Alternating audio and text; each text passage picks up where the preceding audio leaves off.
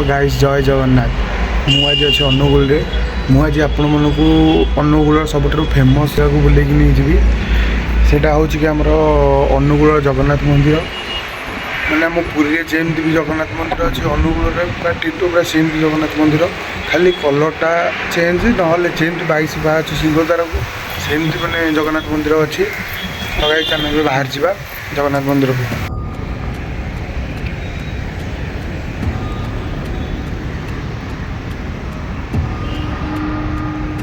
तो गाइस मुझे गली अनुगुल डिस्ट्रिक्ट कोर्ट पाखे डिस्ट्रिक्ट कोर्ट सामने भी हॉकी स्टेडियम अच्छी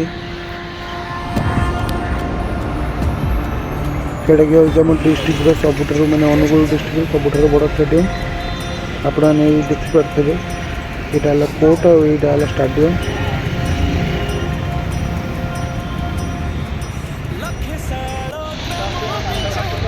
तो वर्तमान आपण मैंने जो जगन्नाथ मंदिर देखुं यहाँ ही हूँ कि अनुगुल लक्ष्मी पूजा चलती बोलिका यहाँ लक्ष्मी पूजा गोटे मेढ़टे या टोटाली पूरा सोलर या आप विश्वास कर सुंदर भाव कम हो मैंने आप रियल मंदिर टाइप देखा किंतु यहाँ सोलर हो।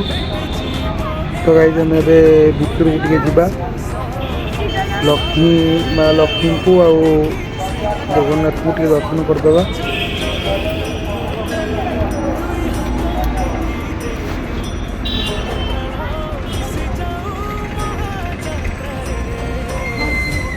ये सोलर केमती बनया आप देखिपे देखते ये सोलर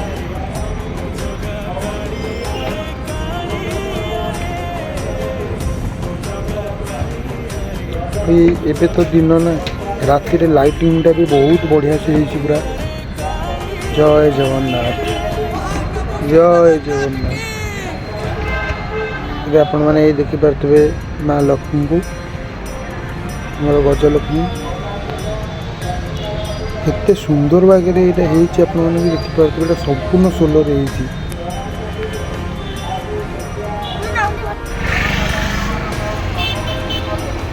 तो गाइस आम बाहर जा आगू को जा जगन्नाथ मंदिर पाखक कहीं ये ब्लॉगटा हूँ जगन्नाथ मंदिर।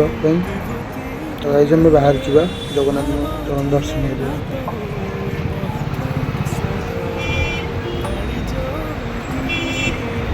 यहाँ कि ये रोडटा हूँ अनुगुल की तालचेर रोड रोडटा रोड सारा लाइट मैंने आम कटक भी लाइट लगे। तो गाइस मुझे जगन्नाथ पाखे मंदिर पाखे पहुँची गली यहाँ हूँ जगन्नाथ मंदिर साइड रे थी लक्ष्मी मेढ़। तो गाइस टिके भितर बुलदेवा तापर जगन्नाथ मंदिर जा आपण मैंने देखिपे केते सुंदर भाग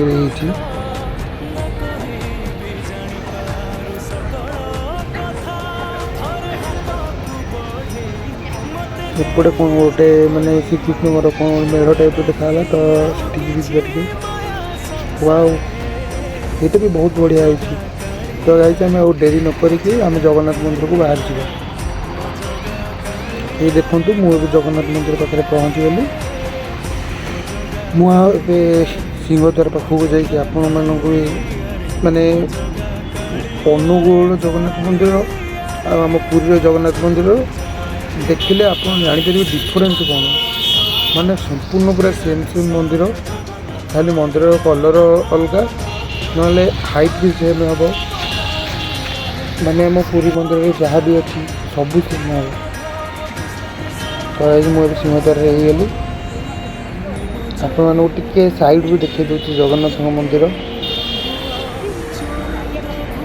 तो आम ए बाहर जा मंदिर भीतर को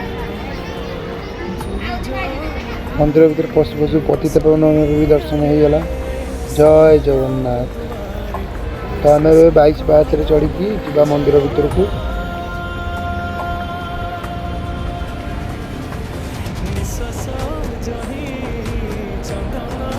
जय जगन्नाथ जय जगन्नाथ।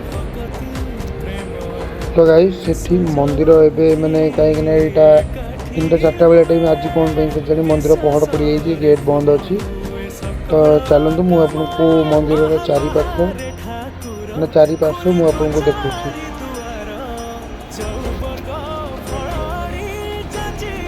ଜୟ ଜଗନ୍ନାଥ। ଦେଖିପାରୁଥିବେ ଏଇଟା ରଥଯାତ୍ରା ଟାଇମ୍ରେ ଏଠି ଯଜ୍ଞ ହୁଏ।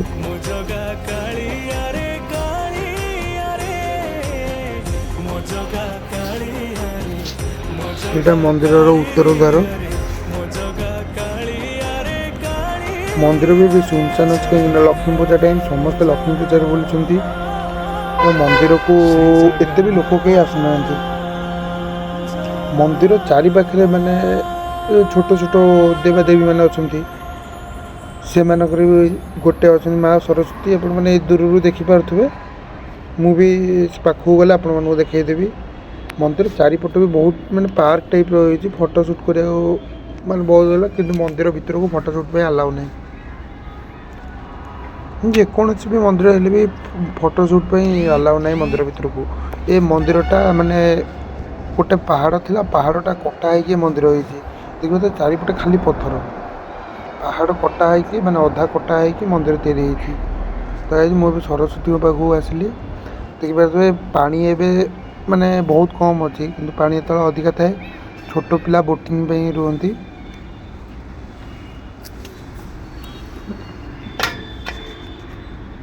ଏଇ ବୋଟିଂ ପାଇଁ ପାଣି ବି ଏଥିରେ ଅଛି, ଯେ ପାଣି ଡ୍ରେନ୍ ହେଇନି, ପାଣି ଡ୍ରେନ୍ଡ ହେଇସାରିଲା ପରେ ନୂଆ ପାଣି ପଶିଲେ ହେବ। ମାନେ ସମସ୍ତଙ୍କର ଏବେ ପହଡ଼ ପଡ଼ିଛି। ଦେଖିପାରୁଥିବେ ପାହାଡ଼ଟା ଏଇଟା ପାହାଡ଼ ଅଧାରୁ କଟା ହେଇକି ଏଇଟା ହେଇଛି, ଖାଲି ପଥର। ଜୟ ଜଗନ୍ନାଥ, ଜୟ ଜଗନ୍ନାଥ। ମନ୍ଦିରର ଫୁଲ୍ ଫଟୋ ଆପଣମାନେ ଦେଖିପାରୁଥିବେ, ଫଟୋ ଭିଡ଼ିଓ ସବୁ ଦେଖିପାରୁଥିବେ।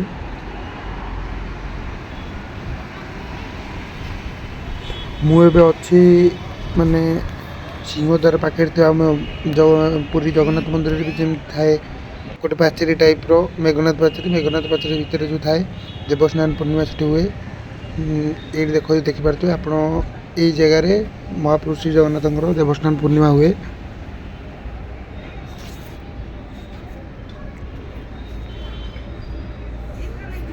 ମୁଁ ଆପଣମାନଙ୍କୁ ମନ୍ଦିରର ଚାରିପାଖ ଦ୍ୱାର ଦେଖେଇଦେଲି। ବର୍ତ୍ତମାନ ମୁଁ ଏବେ ଫେରିଲି, ରହିଲି। ଜୟ ଜଗନ୍ନାଥ। ତ 22 ପାହାଚରେ ମୁଁ ଏବେ ଫେରି ତଳକୁ ଓହ୍ଲଉଛି।